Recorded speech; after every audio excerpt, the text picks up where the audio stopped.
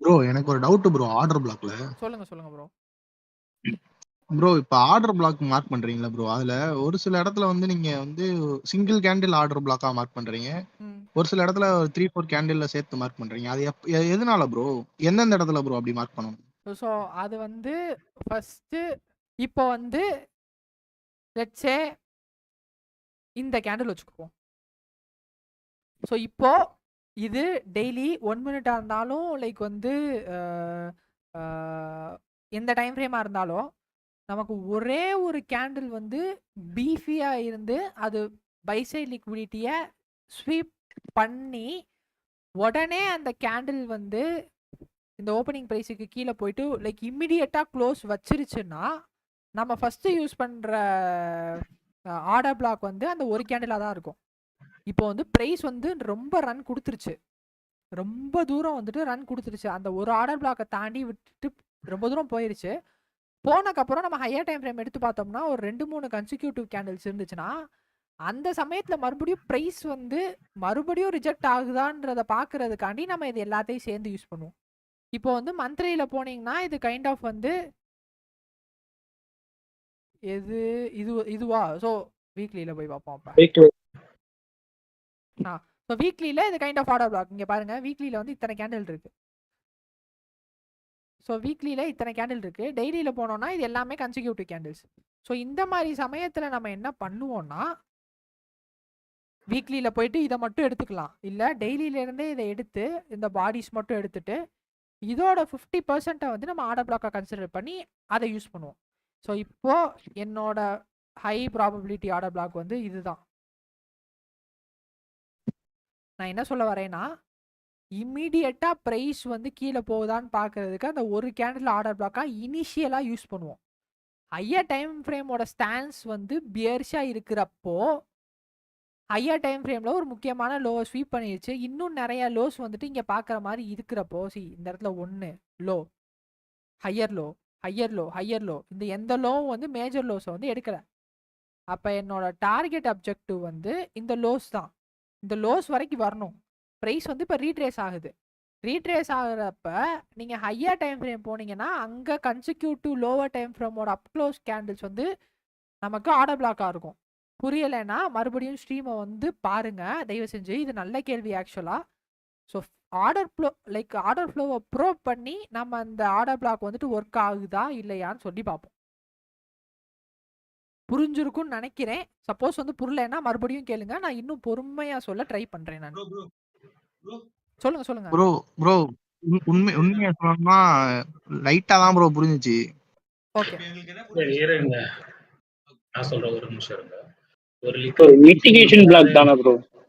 இல்ல அது mitigation black இல்ல. ஒரு லிக்விடிட்டியை ஒரு ஸ்வீப் படிக்கிற ஒரு இம்பல்ஸ் கேண்டில் இன்வாலிட் அந்த ஓப்பன் பிரைஸுக்கு கீழே வந்து க்ளோஸ் வைக்கும் போது அந்த கேண்டில் நீங்க சிங்கிள் கேண்டில் அடிக்கலாம். ஆனா இதை வந்து நீங்க ரிவர்சல் எக்ஸ்பெக்ட் பண்ணும் போது மட்டும் நீங்க அதை யூஸ் பண்ணீங்கன்னா உங்களுக்கு நல்ல ரிசல்ட் கொடுக்கும்.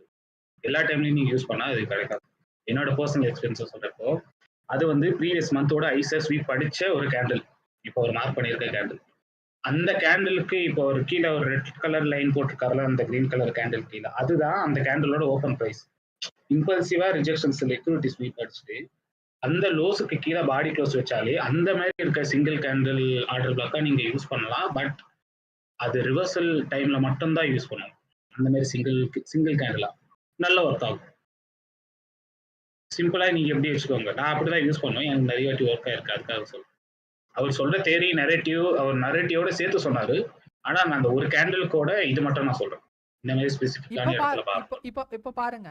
இப்போ பாருங்க நீங்க வந்து இந்த ஒரு கேண்டில் மேஜரா போயிட்டு ஸ்வீப் பண்ணியிருக்கு. இந்த இடத்துல இத்தனை கேண்டில் இருந்தாலும் பிரைஸ் வந்து இது பீஃபியா இருக்கனால, இந்த கேண்டில் மட்டும் ரொம்ப பெருசா இருக்கனால பிரைஸ் வந்து இங்க போயிருச்சு. லைக் டூ த டிக் வந்து டேப் பண்ணியிருக்கு. ஆனா நான் வந்து இந்த இடத்துல இருந்து ரிஜெக்ஷன் பார்க்க ஆரம்பிச்சிருவேன். நான் இந்த இடத்துல இருந்தே பார்க்க ஆரம்பிச்சிருவேன். நான் இந்த கேண்டில் வர வரைக்கும் வெயிட் பண்ண மாட்டேன். ஏன்னா இது கன்சிக்யூட்டிவ் அப் க்ளோஸ் கேண்டில்ஸ். இந்த கன்சிக்யூட்டிவ் அப் க்ளோஸ் கேண்டில்ஸ் எல்லாமே ஆர்டர் பிளாக் தான். ஏன்னா ஆர்டர் பிளாக்ன்ற பேசிக் டெஃபினிஷன் வந்து பிரைஸ் வந்து ஒரு லிக்விடிட்டியை ஸ்வீப் பண்ணி அது ரிவர்சல் நடக்கிறதுக்கு காரணமா இருந்தால் ஒளிய மட்டும்தான் ஆர்டர் பிளாக். எனக்கு வந்து அட்டாக் பண்ணணும்னு விருப்பம் இல்லை, பட் ஆனால் ஐசிடி சொல்லி கொடுத்தா நான் சொல்றேன், அவ்வளவுதான். எந்த கேண்டில் வந்து எது இதுவும் பிரேக்கர் பிளாக் தான். இதுவும் பிரேக்கர் பிளாக் தான். இது பிரேக்கர் பிளாக். ஆர்டர் பிளாக் வந்து கேன்சல் ஆயிடுச்சுனா அந்த ரூல் வந்து பிரேக் ஆயிடுச்சுனா அது பிரேக்கர் பிளாக் தானே? ஆமா. இப்ப மறுபடியும் இந்த ஹைஸ்க்கு மேல போனா பிரேக்கர் பிளாக். இப்ப இதுவுமே வந்து புல்லிஷ் ஆர்டர் பிளாக் தான். இப்ப நான் எதிர்பார்க்கறதும் பிரைஸ் வந்து இந்த கன்செக்யூட்டிவ் அப் க்ளோஸ் கேண்டில்ஸ்க்குள்ள போயிட்டு வரணும்னு சொல்லிட்டு தான் நான் எதிர்பார்க்கிறேன். ஏன்னா இந்த கன்செக்யூட்டிவ் கேண்டில்ஸோட இந்த ஓப்பனிங் பிரைஸ் தான் இந்த புஷிங்க்கு வந்து காரணமா இருந்துச்சு. ஸோ இப்போ இந்த கன்செக்யூட்டிவ் அப் க்ளோஸ் கேண்டில்ஸ் வந்து என்னோட ஆர்டர் பிளாக் தான். பிரைஸ் தாராளமா இந்த கேண்டிலோட ஓப்பன் வரைக்கும் போகலாம். லைக் இந்த கேண்டிலோட லோஸ் வரைக்கும் கூட போகலாம். நான் எக்ஸ்பெக்ட் பண்றது இங்க இருந்தே பாக்குறேன். நான் இவ்வளவு தூரம் போகும்னு சொல்லிட்டு எக்ஸ்பெக்ட் பண்ணல. நீங்க என்ன சொல்றீங்கன்னா சிங்கிள் கேண்டில் ஆர்டர் பிளாக் இருக்குல்ல, அது வந்து ரைட் சைடு வந்து எஃப்இஜி கூட அலைன்மெண்ட் ஆகும்போது ஹை ப்ராபபிலிட்டி தானே ப்ரோ? அது எந்த பிடிஆரேவும் ஒரு எஃப்இஜியோட அலைன் ஆச்சுன்னா அது ரொம்ப நல்ல ஒரு ஹை ப்ராபபிலிட்டி பிடிஆரே. அது எல்லா பிடிஆரையும் ஆர்டர் பிளாக் மட்டும் இல்லை, பிரேக்கர் பிளாக்கா இருக்கட்டும் இல்லை வந்து ஒரு பிபிஆரா இருக்கட்டும், எந்த பிடிஆரையோட ஒரு எஃப்இஜி சேர்ந்தாலும் அது வந்து ஒரு ஹை ப்ராபபிலிட்டி. நான் வந்து இங்கே நான் என்ன சொல்ல வரேன்னா, ஒரு கேண்டில் வந்து பீஃபியா இருக்கு. இங்கே பார்க்குற மாதிரி ஒரு கேண்டில் வந்து நல்ல பீஃபியா இருக்கு. அந்த பீஃபியான கேண்டில் இருந்தால் அந்த ஒரு கேண்டில் மட்டும் யூஸ் பண்ணலாம். ஆனால் இங்கே வந்து பார்த்தீங்கன்னா இந்த 3 கேண்டில் வந்து இந்த கேண்டில் கடைசி ஃபார்மான கேண்டில் வந்து கொஞ்சம் தொம்பலாக இருக்குது. ஸோ இப்படி இருக்கிற பட்சத்தில் நீங்கள் கன்சிக்யூட்டிவ் கேண்டில்ஸ் வந்துட்டு யூஸ் பண்ணிக்கலாம். நம்மளோட டீலிங் ரேஞ்ச் பிரகாரம் ப்ரைஸ் வந்து 50%க்கு மேலே போகக்கூடாது. லைக் 50%ல இருந்தே ரிஜெக்ட் ஆகணும். ஓடி வரைக்கும் வந்து போகலாம் லைக் ரிவர்சல் நடக்கிறதுக்கு. பட் நான் எக்ஸ்பெக்ட் பண்ணுறது எப்பயுமே வந்து ஒரு ப்ரைஸ் வந்து ஸ்பூல் ஆகணும்னு நினச்சிருச்சுன்னா 50% வரைக்கும் போய் கீழே வராது. ஓடி வரைக்கும் போயிட்டு கீழே வராது. 50% ஒட்டியோ இல்லை 50% லைட்டாக டேப் பண்ணிட்டு கீழே விழுந்துரும். அதுதான் வந்து ஒரு ஹெல்த்தி ப்ரைஸ் கண்டினியூவேஷனுக்கான ஒரு சிக்னேச்சர்னு வச்சுக்கோங்க. எப்பப்பெல்லாம் வந்து கடைசி கேண்டில் வந்து நல்லா பீஃபியாக ஒரு லிக்விடிட்டி எடுக்குதோ அப்போ வந்து அந்த ஒரு கேண்டிலை நீங்கள் கன்சிடர் பண்ணலாம். ஆனால் நீங்கள் இங்கே பார்த்தீங்கன்னா பாடிஸ் வந்து இந்த கேண்டில்ஸோட பாடிஸ் வந்து பார்த்தீங்கன்னா அவ்வளோ ப்ராமினெண்ட்டாக இல்லை. ஸோ அந்த பட்சத்தில் நான் லைக் வந்து இந்த ரேஞ்ச் ஃபுல்லாமே என்னோட ஆர்டர் பிளாக்கை கன்சிடர் பண்ணிட்டு ப்ரைஸ் உள்ளே வந்துட்டு எனக்கு ரிவர்சல் சைன்ஸ் வந்துட்டு எதுவும் இருக்கான்னு சொல்லிட்டு எதிர்பார்ப்பேன். இப்போ வந்து இந்த அப்க்ளோஸ் கேண்டில்ஸோட இந்த எஃப்இஜியை கன்சிடர் பண்ணிங்கன்னா ப்ரைஸ் இங்கேருந்து ரிஜெக்ட் ஆகலாம்ல. இது என்னது? ஒரு எஃப்இஜி. நம்மளோட நரேட்டிவ் என்ன? பியரிஷ் ப்ரைஸஸ் எது வரைக்கும்? இது வரைக்கும். Suppose if at all price வந்து மண்டே ஓப்பன் ஆகி எல்லாமே இங்கே வந்து இஃப் அண்ட் தென் தான். நம்ம வந்துட்டு இதுதான் நடக்கும்னு சொல்லிட்டு சொல்ல முடியாது. ப்ரைஸ் என்ன கொடுக்குதோ கொடுக்குறத வச்சு நம்ம ஆன்டிசிபேட் பண்ணி அடுத்து என்ன நடக்க போகுதுன்றதை கண்டுபிடிக்க போகிறோம். மண்டே வந்து கன்சாலிடேட் இஃப் அட் ஆல் ஆகிருச்சுன்னா, இந்த இன்சைட் பார் கேண்டில் மாதிரி ஆகிருச்சுன்னா, டியூஸ்டே இந்த ஹைஸ் எடுத்தா நான் செல் தான் பார்க்குறேன்னா எனக்கு உடனே ரிஜெக்ஷன் நடக்கணும். அந்த சமயத்தில் நான் இந்த எஃப்இஜி ஃபுல்ஃபில் ஆகிற வரைக்கும் வெயிட் பண்ண முடியாது. ஒரு நல்ல எஃப்இஜிக்கான ஒரு சிக்னேச்சர் வந்து அந்த எஃப்இஜி ஃபுல் ஆகக்கூடாது. அந்த எஃப்இஜி எவ்வளோ தூரம் ஃபுல் ஆகலாம்? அதோட கான்சிக்வெண்ட் என்க்ரோச்மெண்ட் வரைக்கும், அதாவது அதோட 50% லெவல் வரைக்கும் வரலாம். எனக்கு ஒரு எஃப்இஜி எப்பயுமே ஃபார்ம் ஆயிடுச்சுன்னா அது ஃபுல்ஃபில் ஆகக்கூடாது. ஃபுல்ஃபில் ஆகிருச்சுனாலே அது வந்து ஒரு ஹெல்தி சிக்னேச்சர் கிடையாது. அண்ட் அதுதான் நான் சொல்ல வரேங்க.